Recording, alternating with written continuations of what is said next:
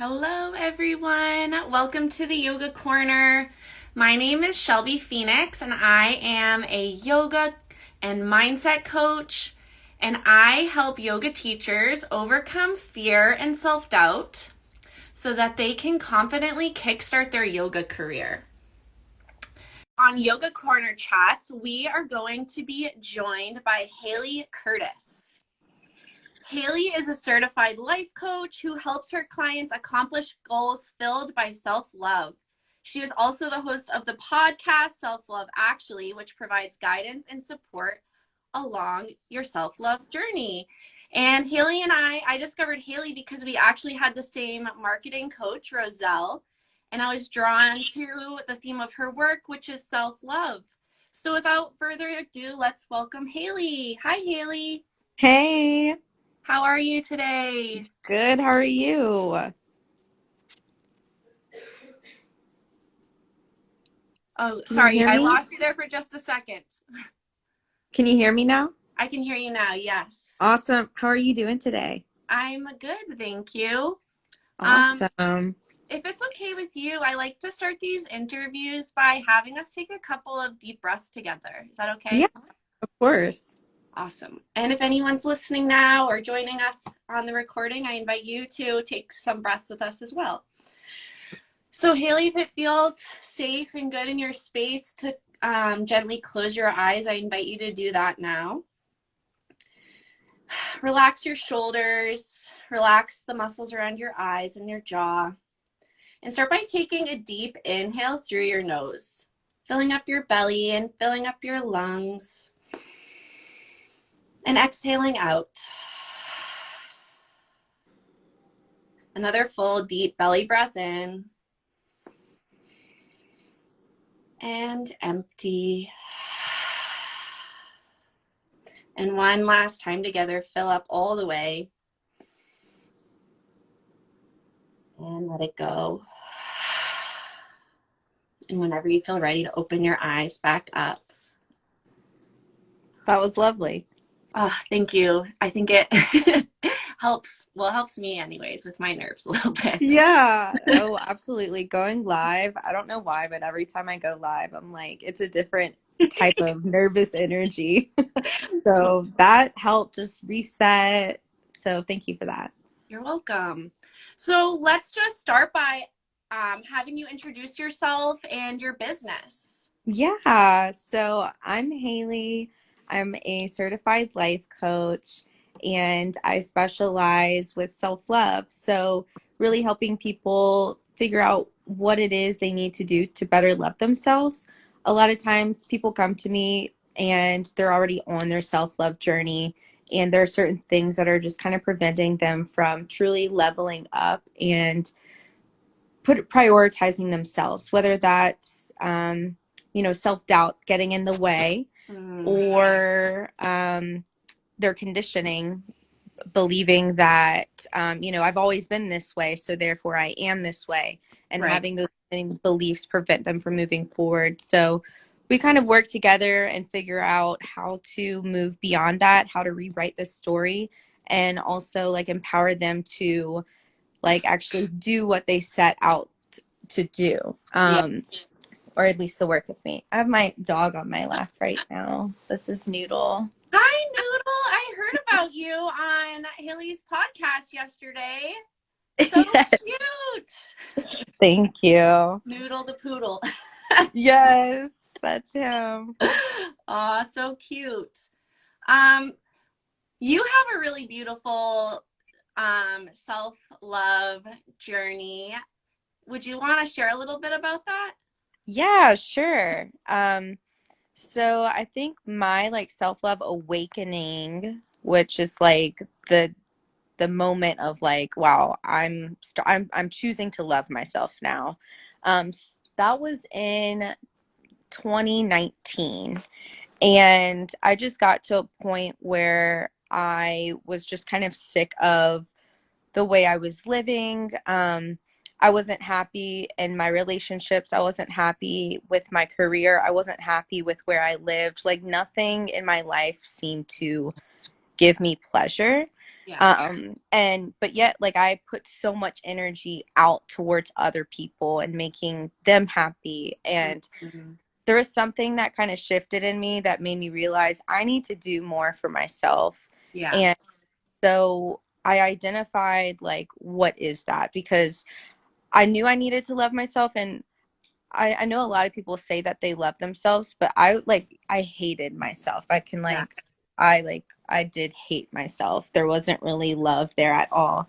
And so I like Googled like, how do you love yourself? And it's not like really something you can Google because like a lot of self-care things popped up, and it's like no amount of like bubble baths are going to make me love myself. Like that's just not the type of work I'm looking for. Right.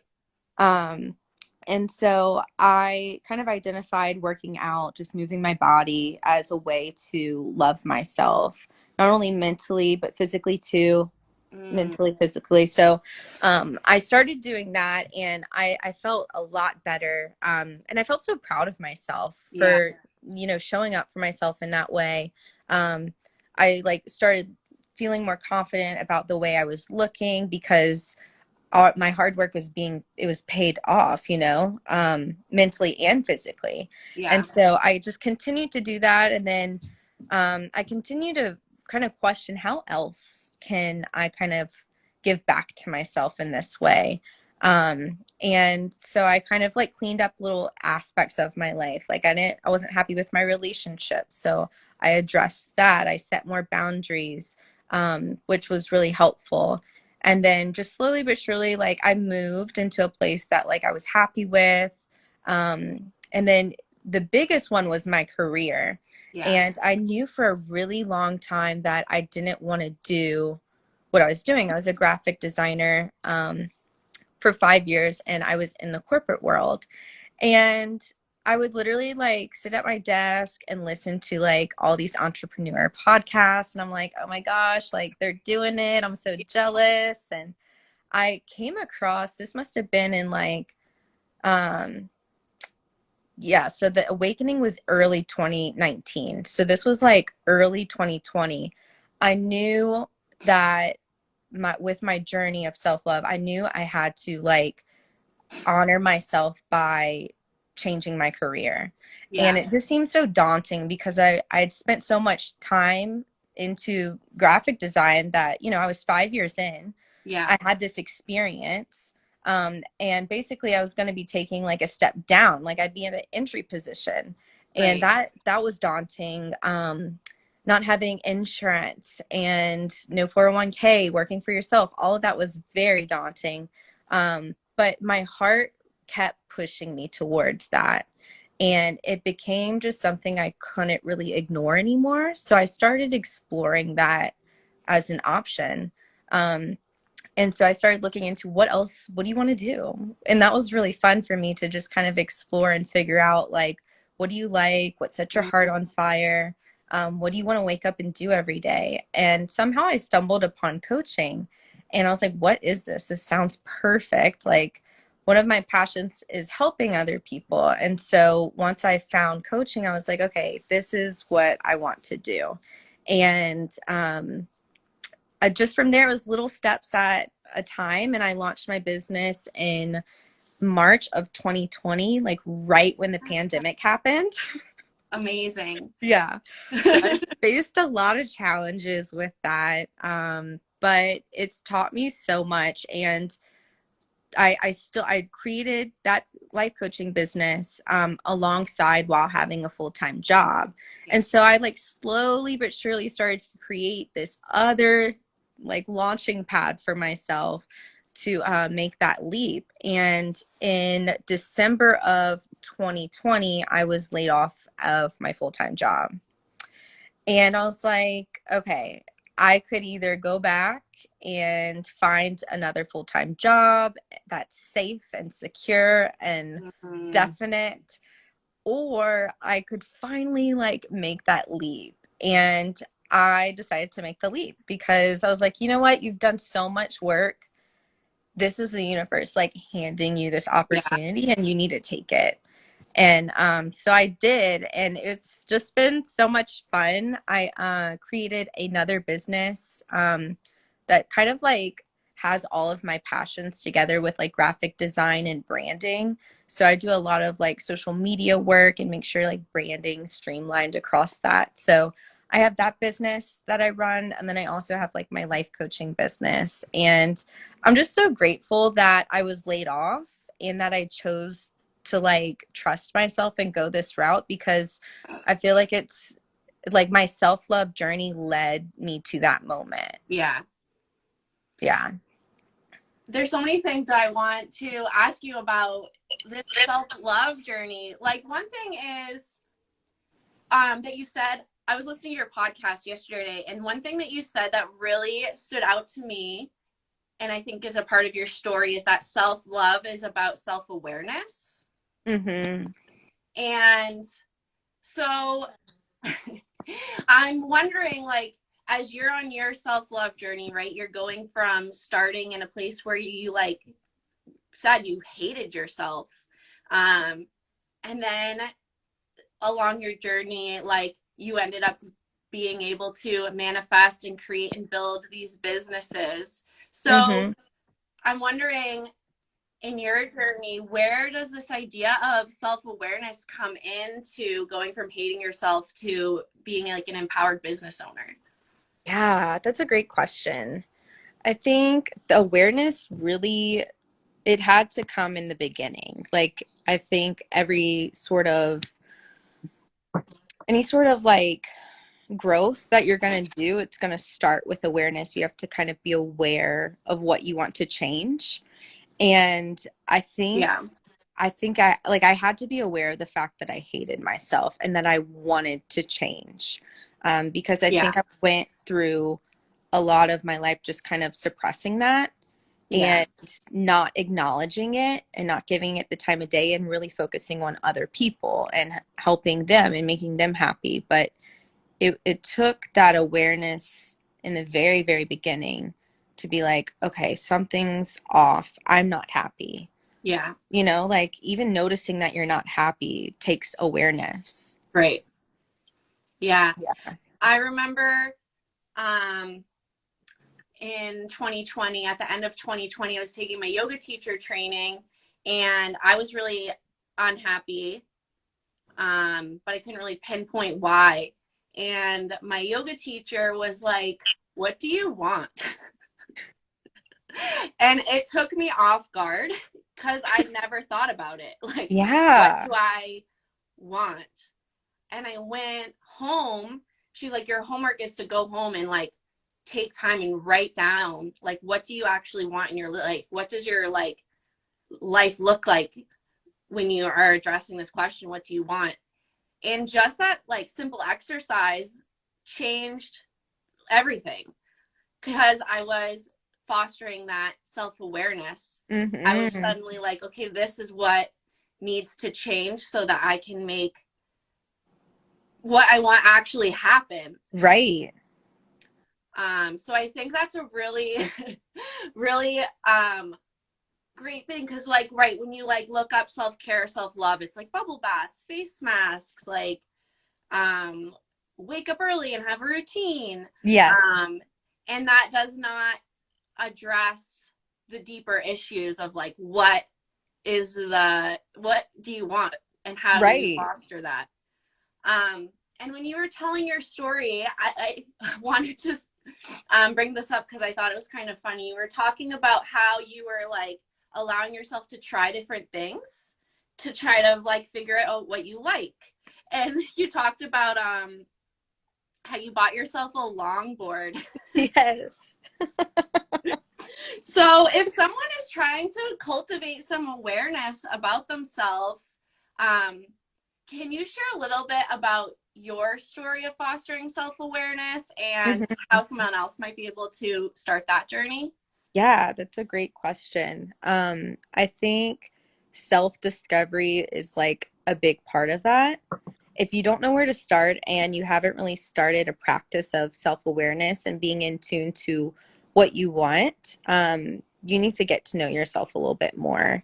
And you can do that by doing some self-discovery. And it's really simple. I mean, basically, like you can even like take yourself on a little date Mm, and be intentional about what you're doing during that time. Like if you usually watch TV after work or whatever, after dinner, like don't and like find something else to do. Like what is that you like to do? And if you have no idea, think of like things that you used to do when you were little, like mm, whether it was like bike riding or painting, or maybe you played cards, like whatever it is. I know that you did something when you were younger that will probably like feel really good for you right now. And so just figure it out. Like spend some time with yourself in a playful way. You don't have to be too serious about it. And that will kind of help pick up your awareness around things that you like and don't like. Same with like food, like you know what you like and don't like. And even like when people talk to you, you'll start to be like, oh wow, I didn't like the way they talked to me that way. yeah. Um, and that, that's a way that is an indicator that a boundary needs to be set. But it just also, this awareness will kind of build over time just because you're spending time on figuring out what do you like, what don't you like. Yeah.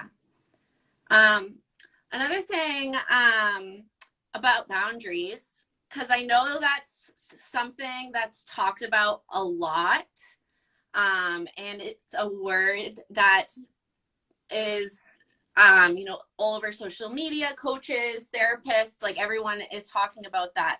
But in your one of your podcast episodes, you defined boundaries as, I think it was your podcast, but define boundaries as like instructions for other people to how other people will treat you. Yeah.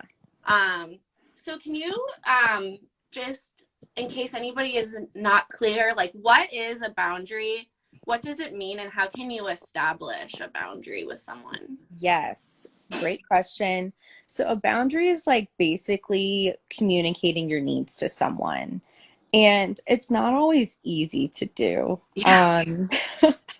And I think that's why it's talked about a lot is because you know, it's a hot topic because it's not easy to do, but it's so necessary in order for like self-growth, respect, self-respect, and even trusting yourself too. So your question was, what is a boundary? And what else was that? It was like a two-part. What is a boundary and how can you establish a boundary with someone? Okay.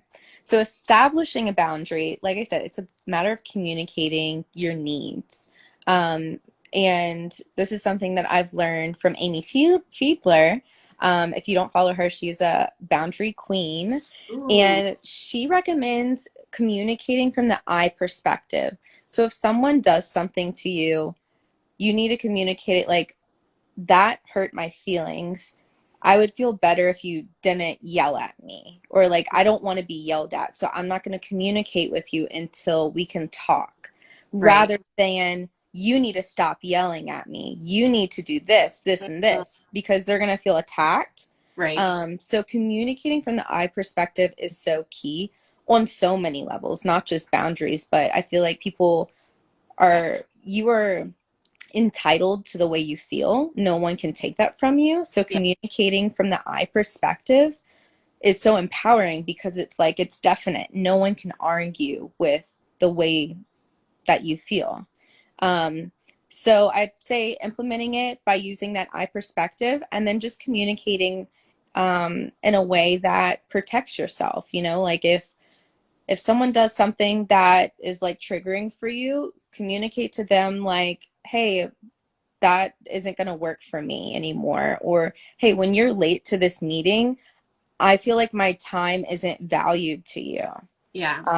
Communicating your needs because that's such a big part of self-love and self-care. And the more you do it, the more you set boundaries, the easier it will become. And it feels uncomfortable at first because, especially if you've never set a boundary, because it's out of your comfort zone. And like most things, you just got to keep practicing it. And the more you practice, the easier it gets. Yeah. I also feel like we have to kind of set boundaries with ourselves and the way that we treat ourselves and talk to ourselves. Um, so I'm curious what you think about that, or if you've ever set a boundary with yourself. Like as you said it, the concept of it, I've never thought of it like that, but I totally do. And it's like something that has kind of developed over time. Like, I think of like my self-talk. Um, Yeah, that was something I was really, really working on. I talk to myself so poorly. Like if I heard out loud what I tell myself, if I heard it out loud, like on TV even, I'd be like, oh my gosh, like that hurts. yeah, But yet I was like letting it slide with myself. And once I had that awareness around, like, first of all, the self-talk, and secondly, how horrible it was, I started setting boundaries. Like, hey, we don't talk to ourselves like that right, anymore. Like you're trying your best and it's okay that you messed up. You're not a idiot. right. So I definitely set boundaries within myself, and um, even like I think of like self-discipline too, because sometimes like it's so easy to get distracted and Yeah, scroll on your phone rather than getting some work done. And I try to like set boundaries around that by like, all right, you're going to focus and get this stuff done. And then once you're done, you'll get to like, you'll reward yourself by going get a snack, go on a walk, or getting to scroll on your phone. So there's definitely boundaries that I set with myself that I didn't even think of it as a boundary until you said it. um around the idea of self-discipline, I heard someone say the other day, and it struck me. They're like, if your boss at your job tells you to show up at 8 a.m., you're going to show up at 8 a.m. Like if you work in a restaurant and your boss tells you to take out the trash, you're going to take out the trash. Mm-hmm. But if you tell yourself, um, you're going to go to that yoga class on Friday morning, like, and you don't show up for yourself, like you're showing yourself a lack of respect. Mm-hmm. Um, and I see that tying in with the concept of like self discipline and self respect and self love. What's your point of view on that? That's a really good point. And it's so true. We let things slide for our self-commitment all the time, but when it comes to other people, we respect them and we show up. And so the trick is like, how do you show up for yourself in that way? Right. And I think it's just small steps, because every time that you don't show up for yourself, you make it easier to not show up next time. Yeah. And when you do show up for yourself, even when you don't want to, you start to build trust with yourself, Yeah. and then respect too. And like then it's like once, and it goes back to like everything is a practice. Yeah. So like if you're practicing not showing up for yourself, it's going to be easy to not show up for yourself. Right. But if you're practicing showing up for yourself, whether like you're in the mood to or not, you're going to like feel like guilty if you don't, Right. and then like it's because you've started building this trust with yourself and self-respect too. Yeah. Um, what was I going to say? Oh, yeah. So I hear my clients say this a lot, and I'm sure you do too. This idea that um, the guilt or feeling selfish um, for taking care of yourself or showing yourself love, when that might take away from what you're giving to others. Um, so I'm wondering, how do you think that growing your love for yourself affects how you show up for other people?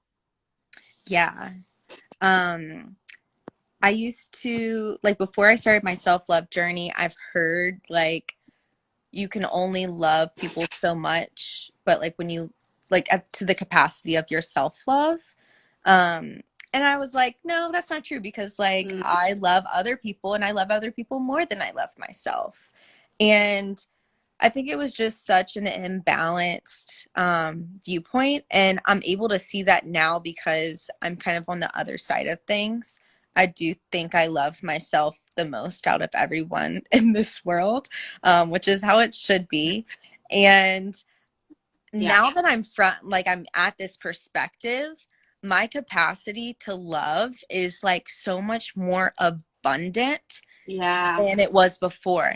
And it's like I have the capacity to love like literally everyone, like mm, you know, like even like a stranger that's on the yeah, street, like anyone that does something that makes me smile, like I love them so much. And it's like it may sound weird, but it's just like it's just a different capacity of love, yeah, and there's no sort of competition, yeah, you know, like there's no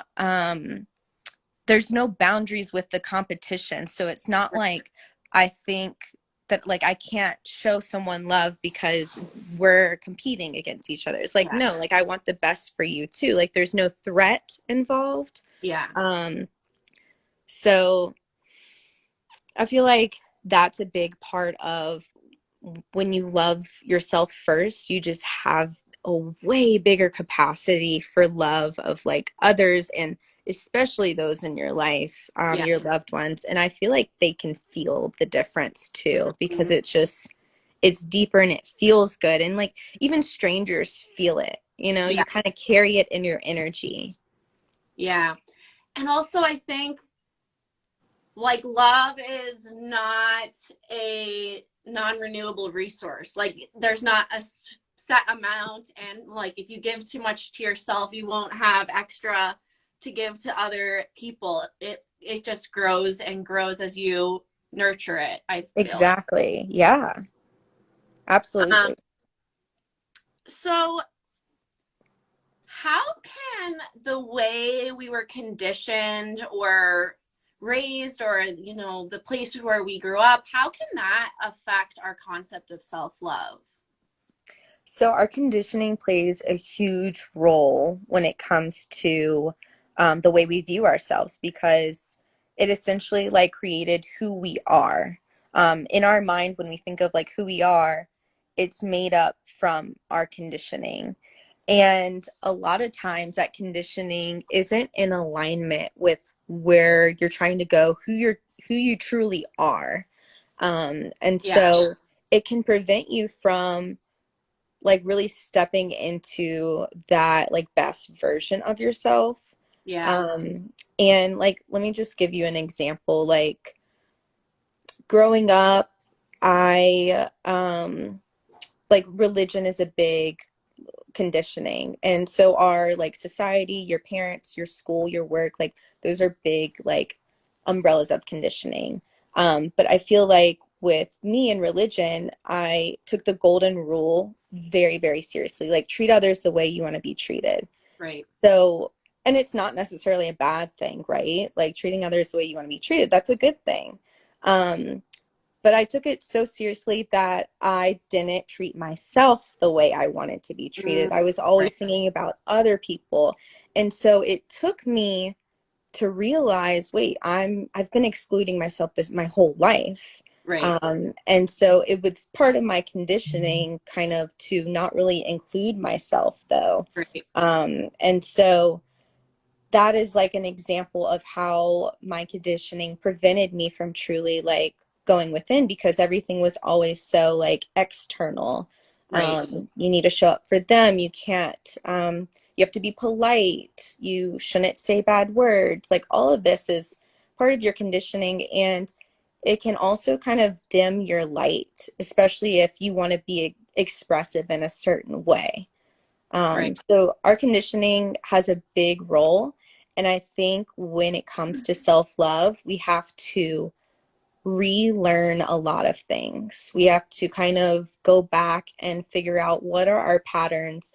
Where did this come from? Who told me that? Is it right, what I want to believe now? Does that right, align with me? And that's a lot of what I do as a coach with my clients, is figuring out like, You just told yourself you're never gonna be this way. Where did that come from? And let's rewrite that, because do you really believe you're never going to be that way? Or are you not choosing to put your time into that?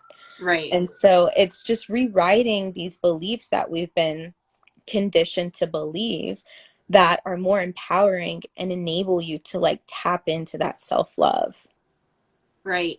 And I see that all coming back around to self-awareness, right? Like, Yes. unless you are aware of your conditioning and aware of those thoughts and aware that you can change them, Yes. you're just going to keep like going through the motions almost. Repeating the cycle. Exactly. Mm-hmm. Yes.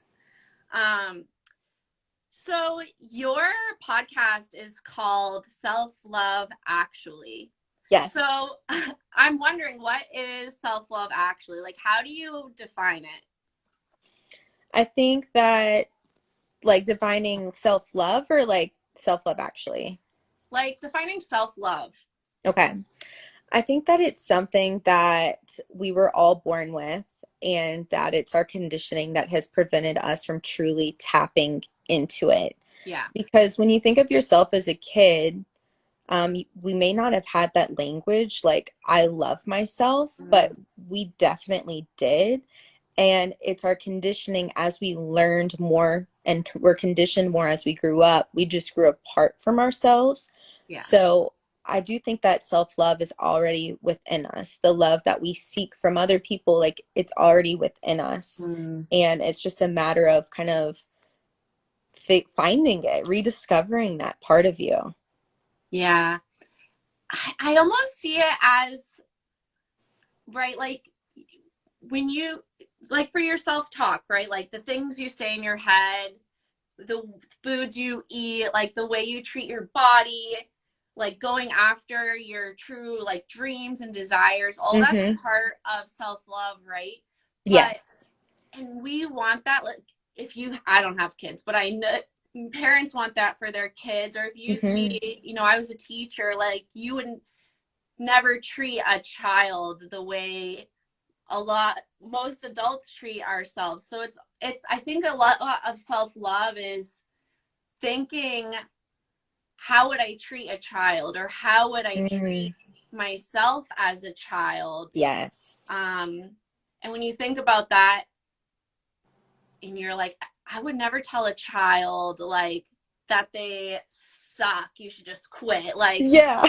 I'm like looking over there like I'm actually talking to a child, but I promise there are no children I'm talking about. um so I feel like self-love is about being more like nurturing and Mm-hmm. caring for ourselves. Yeah.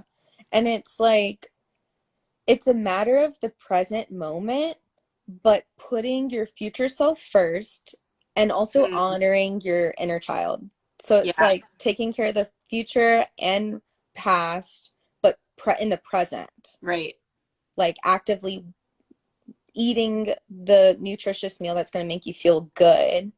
right, Um, like whatever it may be, like going for a bike ride because that's what your inner child wants to do, and you're moving your body for your future self. yeah. um so I think that there can be a little bit of like a fine line, right? Like, I think exercise is a good example. Like, exercise is good for your body, therefore exercise is self-love and self-care. But then also, like, exercise can be toxic. Like, Mm-hmm. um where is the line? So it's interesting you bring this up. I have a podcast episode on this with my sister. It's like the second episode called Movement with Nicole Curtis, and we talk about just this because Yeah, think about it, like not moving your body, and I don't like to say working out because I think what's important is moving your body. yeah, Not moving your body is toxic, and moving your body too much is toxic. So that fine line of like in between is where you want to be. right. And my sister kind of defined it as like when you do movement for the moment and Mm, not with like an end goal in mind of like, I'm trying to lose weight or I'm trying to gain weight or I just need to do this because to check it off the list. Like it's more about awareness, having that awareness and being mindful in that moment of moving your body, Right. I think is where, in my opinion, like where the line is of it being toxic versus nurturing. Right. Yeah. Yeah. I think about like my fiance, he has his like workout bike in his office or whatever, and I like to go take like a power yoga class. And he's like, "Oh, just hop on the bike and like," and I'm like, "That is not nurturing to me. Like Yes. I am like exercising and it's healthy and but I don't feel good while I'm doing it." And Yeah. vice versa, like if I brought him to a heated power yoga class, like to me, I'm like, I feel empowered and strong. And he's just like, why am I in hell? Like, Yeah.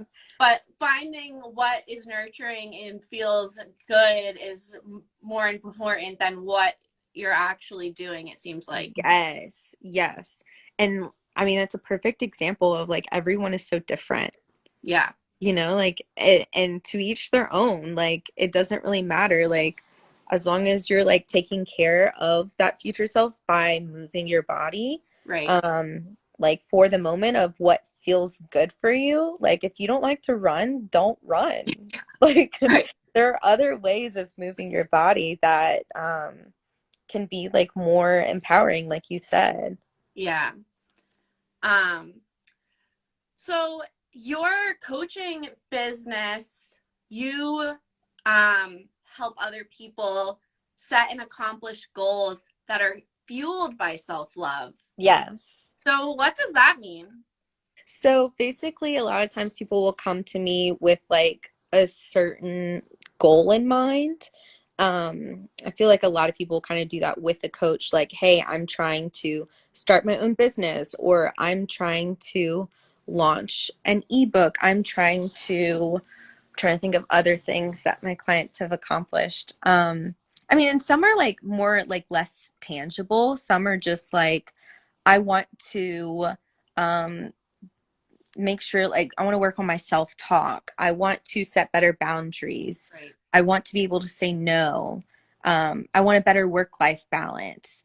And so whatever that goal is that they come to me with, the action of getting there is fueled by self-love, meaning like we're going to be practicing awareness. right, Like that first week, your homework or your action items, because every coaching session you walk away with things you need to do to before the next session. right, And so some action items may be building awareness around when you're getting frustrated, right. or building awareness around just like your emotions in general. Yeah, Um, and so it it's small things like that, and we kind of work our way up. All right, so how are you talking to yourself in those moments? Are you celebrating yourself? Okay, you're not. What feels like a good way to celebrate yourself? And it's not like I'm offering, I do offer ideas, but I'm not telling them what to do. Like yeah, some feel like journaling it out is best for them. Some right, feel like saying it in the mirror, affirmations in the mirror work better for them. So just figuring out ways for them to acknowledge themselves, um, and help like be their own source of approval and yeah, like validation. And so that's kind of what fueled by self-love means, because these practices in between sessions, they're acts of self-love that right, they're supposed to do. right. I don't know why this question just came into my head, but I'm gonna ask it. When right, like I always want to try to acknowledge the idea that like even if you love yourself, it's not always like easy. Like, even if you come to a place where you're feeling like you truly love yourself, like there's just going to be days when you wake up and you just feel like a piece of garbage, or like your Hmm. mindset's like not quite there. So in those moments when it's really challenging, or you're not feeling the self-love today, or something happened that's like triggered you to feel bad about yourself, what's something you can do to kind of reconnect or like move move back to Yeah, like self-love. yes. Um, there are definitely days like that. I do want to say that like self-love is such a journey. Yeah, There's no like final destination or like you did it. You now love yourself. Like you can say you love yourself, but you know, like you're done. You love yourself. Like there's gonna be days where you're like, oh my gosh, I hate myself. right. But at the end of the day, you know you really love yourself. Yeah, Um, and I think in those moments, I show myself a lot more compassion yeah. and just make sure that and I implement like self-compassion. Self-compassion has three components. It's first is like showing yourself kindness. Mm, So treating yourself so kind. Another is relating your struggle to other people who are also struggling with it. So let's say like, you know, I'm upset because I don't know, something happened with a client and I didn't get a client that I really wanted or something. Um, I would relate that to, well, you know what? There are a lot of other coaches out there that don't get the client that they really want. And right. that kind of, that's a part of like the compassion practice. And then the last part of it is just being mindful of your emotions. Like, wow, I feel really let down right now, but you know, it's going to be okay. So, Right. having compassion in those moments is huge. And that's a practice. The Yeah. more you do it, the better and easier it comes to you.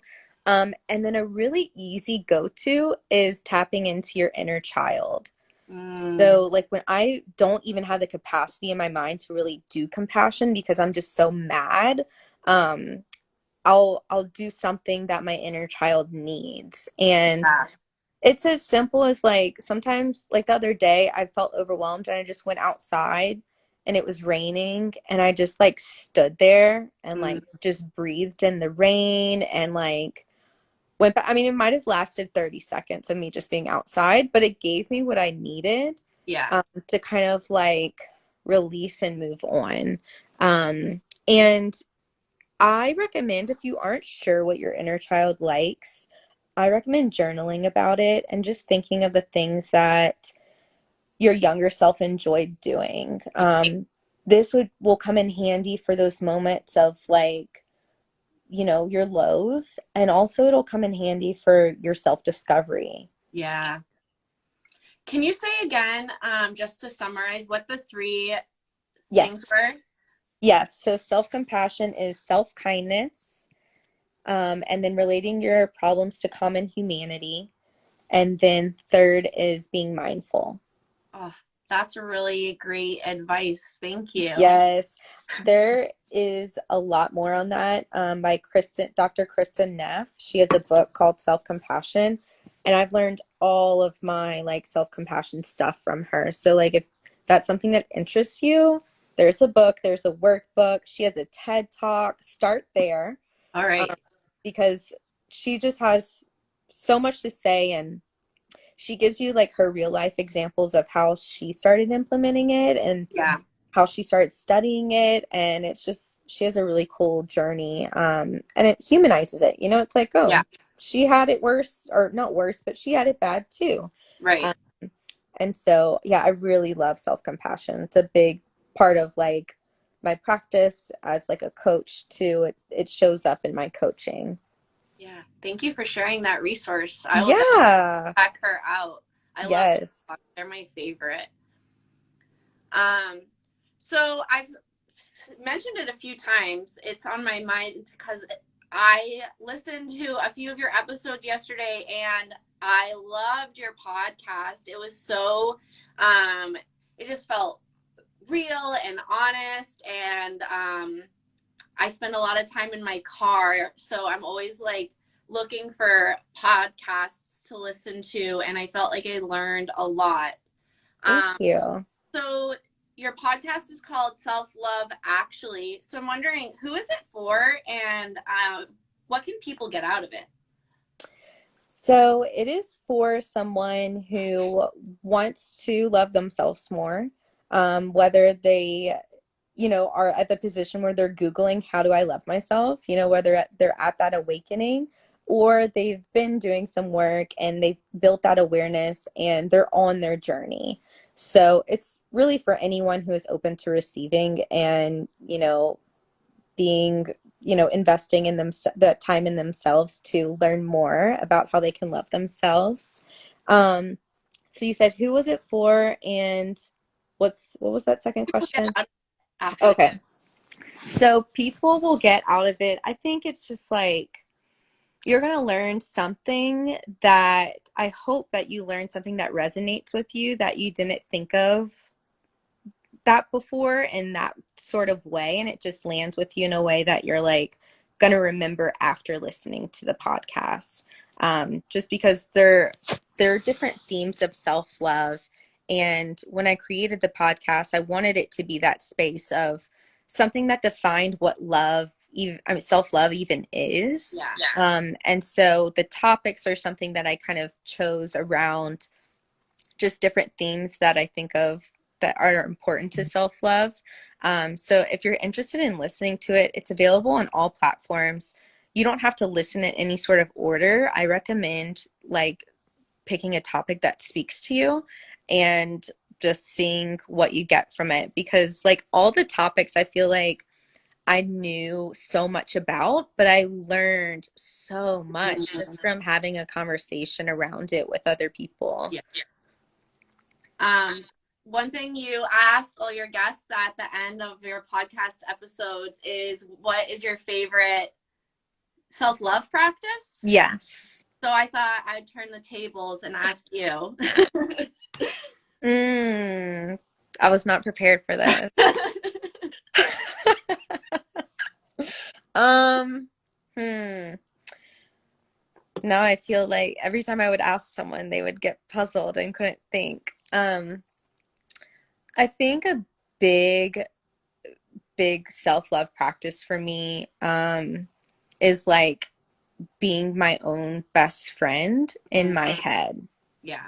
and like having conversations with myself. And what I mean by that is like, if I find I've really, really practiced the self awareness and I've built it to where I don't have to try as hard anymore just because I've put a lot of practice into it. Right. So I'm very aware of my emotions. And the second something comes across where I'm self doubting myself, I work through that like I would with a client. I kind of tap into like that coaching role and I'm like, oh, I think you're experiencing imposter syndrome now because you are fully capable of doing this thing you've been doing. Right. So I think that's probably the biggest act of self-love that I do like every day. Right. And then like physically, I still work out for my mental and physical health. That's Right. something that I've just like continued to do. Um, and that's just moving my body. I don't really put any parameters around it, besides just that, moving my body, at least 5 times a week. So I'd say there's a mental and then there's also like a physical act of Yeah. self-love that I do. It's so true. And something that comes up in every one of the interviews that I've done is the connection between your mind and your body and how Yeah. important it is that if to connect them and take care of both and how they like weave into each other. I think that's just so fascinating. Yeah, it is because it's like your mind will tell you what your body needs. Right. Right.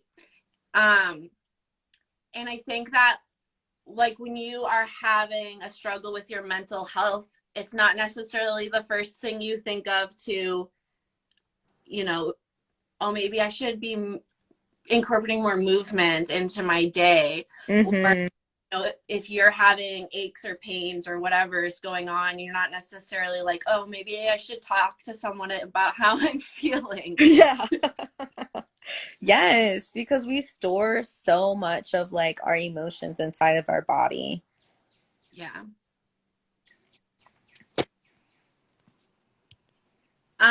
So I wanted to wrap this up. Is there anything services you're offering right now or anything else you want to share with our audience? Just that if you're interested in like working with me, you can DM me. I offer a free 30-minute consulting session where we just kind of figure out like if we're a good fit, number one, and secondly, like you kind of get a taste of like what coaching is. And before we have the call, there's an intake form that you fill out that kind of gives us like some ground to work with. Like, what would you like to accomplish with our time together? And then we kind of like talk about what that would look like, especially for people who haven't experienced coaching before. I make sure that it's like very clear on what the sessions would be like. Right. And then from there, we would get started if it's a good fit. Oh, awesome. Thank you so much, Hailey. I really am filled with gratitude that you took some time to chat with me today and share your knowledge and wisdom about self-love. So thank you so much. Thanks so much for having me. I feel grateful that you invited me. So thank you. Yes, and everyone, I urge you to go follow Hailey, say hello, and go listen to her podcast as well. I promise you will not regret it. Thank you. All right, love. Have an amazing rest of your day. You too. Thanks so much. Bye. Bye.